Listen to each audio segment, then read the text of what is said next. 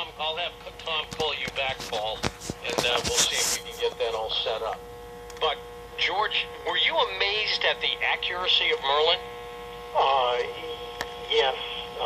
Actually, I was. It was a confirmation of what I thought might be true.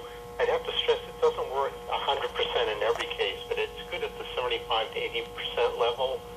And what it is a great kind of radar to tell you what things you ought to be paying attention to.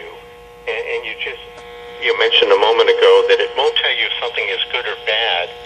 What you can do with it is what we call triangulation, is that in a given situation, say like for Apple Computer, you can run Steve Jobs' birthday, you can run the incorporation date, you can run important product release dates.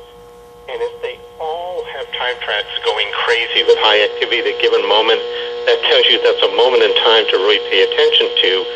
Then you bring in other information that you know, like, just where are they in the history of the company, and you can say, well, if the tide were going to get turned anywhere, if the company were going to get into trouble, it would probably be right here.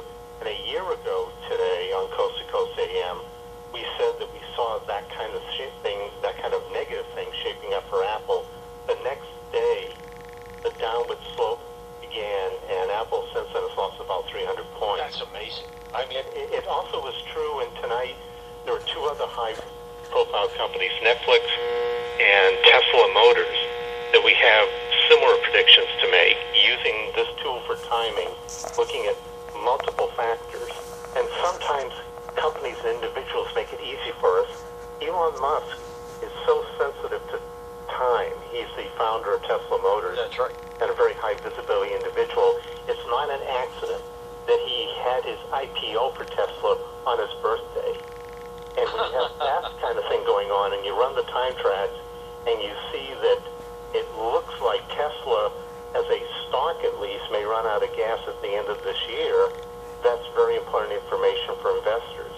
On the other hand, if we look at Reed Hastings, the CEO of Netflix, his big octane story is just about to begin. Well, and of course Tesla's going to run out of gas, George. It's an electric car. That's right.